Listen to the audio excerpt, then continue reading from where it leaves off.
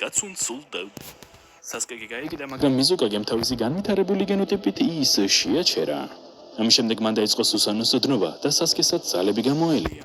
მაგრამ უცებ თეთრი ზეცუები შემოვიდნენ და ყველანი ადგილზე გააქვავეს და დაიწყეს მათგან შაკრების გამოწვევა. ალბათ მიზუკაგეს უფრო კარგად უწევდნენ. სამაგიეროდ სასკეს ძალა აღუდგინეს.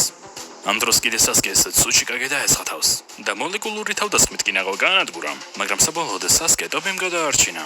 შემდგომ ტობი ჩამოჯდა და შესთავაზა კაგეებს, რომ შემდგომისთვის გადაეცა 8 და 9 კუდა ჯინჩურიგები, მაგრამ მას ცივი უარის ტკიცეს. ამის შემდეგ მათ მოუყვა 10 კუდიან ბიჯუს შესახებ. ამიტომაც ის აგროვებდა ყველა კუდიან ბიჯუებს იმისთვის, რომ ის დიდი ბიჯუ გაეცოცხლებინა და საბოლოოდ ის მათი ჯინჩურიგი გამხდარიყო.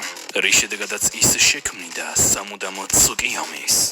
ამის დახმარებით ის მთელ სამყაროს გააკონტროლებდა და საბოლოოდ სამყაროში სიმშვიდე დაისადგურებდა.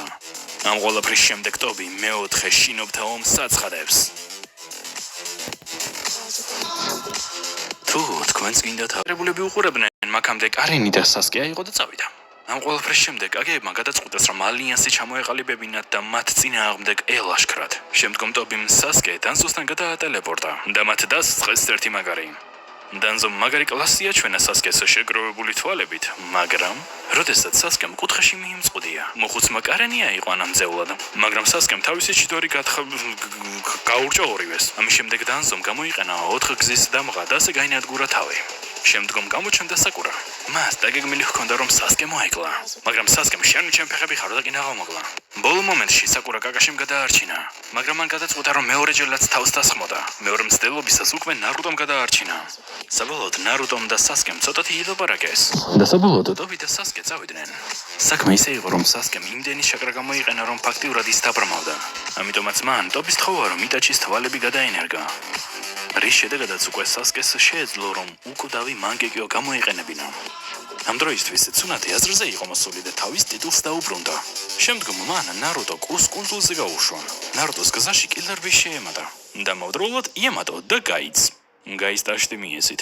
ამ კუნძულზე ნარუტო თავის თავში კურამას შეებრძოლა. შემდეგ კიდე თავისი დედიკოს ჩაკრასაც კი შეხვდა. კუშინა კიდე 16 წლის წინ მომხდარ თავდასხმაზე მოუყვება ნარუტოს.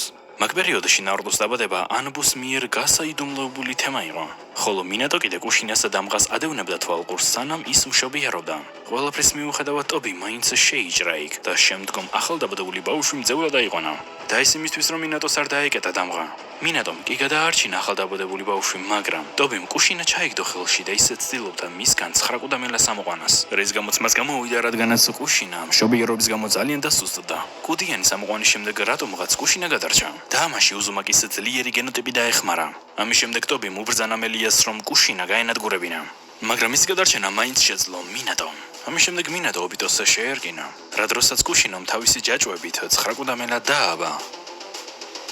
საბოლოოდ მინატომ გადაწყვიტა, რომ კუდიანის 1/9 ნაწილი თავისში და მეორე ნახევარი თავის შვილში ჩაესახლებინა, მაგრამ მეორე მხრივ კუშინას არ უნდოდა, რომ მინატოს თავი გაეწირა თავისი შვილისთვის, რადგანაც მას უნდოდა, რომ მინატო და ბავშვი ერთდროულად დაეცვა.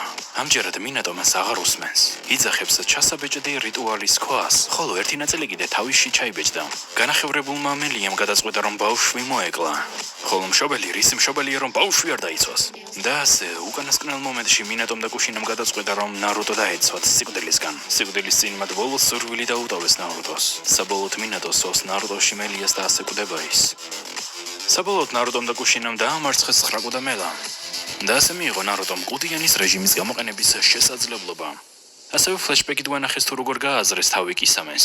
ამის შემდეგ სამიჰადას ხმალი კილერბის ხელში გადავიდა, მაგრამ კუნძულზე სამიჰადასთან ერთად უკვე კისამეც იყო, რომლის წინააღმდეგაც გაილაშქრა, მაგრამ მაინც მოასწრო ტობისთან გზავნილის გაგზავნა და მან საბოლოოდ თავი მოიკლა თავისი გამოძახებული ზვიგენებით.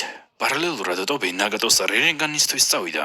სტუმრობის დროს მას მოუწია კონანთან ჩხუბი. ორივე მაქსიმალურად დაიხარჯა ბრძოლაში.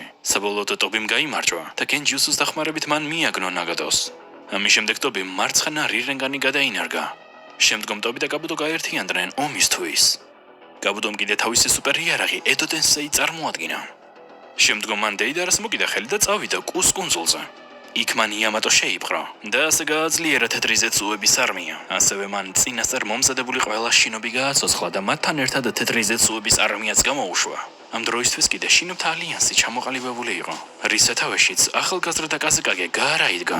მოკლედ რომ თქვათ, მეოთხე მსოფლიო ომი დაიწყო. პარალელურად ნარუტო ცდილობდა რომ კუს კუნძული დაეტოვებინა, მაგრამ აღმოჩნდა რომ ამ კუნძულზე ნარუტო განსწრახ იყო გამოკეთილი. კუდიანის რეჟიმით კიდე ნარუტომ შეიტყო ომის შესახებ.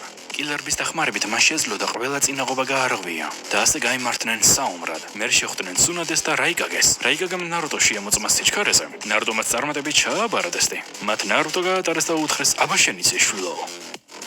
ამ დროს კიდე კაკაში და გაი ნინძების ალიანსის რამდენიმე გუნდთან ერთად იბრძოდა ნისლში დამალული 7 ხმლოსანის წინააღმდეგ. და რა თქმა უნდა, საბოლოოდ მათ 7-ვე ჩაკეტეს. ამ პერიოდში უკვე ნარუტო ფრონტზე იყო. მან ძალიან ბევრი კლონი შექმნა იმისთვის, რომ ალიანსის თითქმის ყველა წევრისთვის დახმარება გაეწია. ასევე ნარუტო ერთადერთი იყო, ვისაც შეეძლო თეთრი ზეცუების აღმოჩენა. ამიტომაც ნარუტოს უწევდა, რომ მათ ყუარაშინობებისგან გაენთავისუფლებინა ადგილები. შემდგომ უკვე იწყება ახალი და ძველი კაგეების ერთმანეთის წინააღმდეგ შერკინება. ესენი იყვნენ მესამე კაზაკაკე ეი, მეორე ცუშიკაკე მუ, მეორე მიზუკაკე კენგეცუ და გაარას მამა და მეოთხე კაზაკაკე რასა. თავდაპირველად ჯერ გაარას მამა ჩაამწყუდეს. შემდგომ ცუშიკაკეს ერთი ნახევარი. ამის მერე მეორე მიზუკაკე კენგეცუ უღმდა ნარუტოს კლონის დახმარებით. და ბოლოს ცოტა რთულად, მაგრამ ნარუტოს დახმარებით მესამე რაიკაგე ჩაამწყუდეს. შემდგომ ნარუტოს და კილერბის გზაზე მათ შეხვდათ გაცოცხლებული იტაჩი და ნაგატო. იმისთვის რომ იტაჩი ედო ტენსეიდან განთავისუფლებულიყო, მან ნარუტოში ჩამალული ყვავი ამოიყვანა, რომელშიც ძალიან ადრე შისუის მანგეგო იყო ჩანერგილი.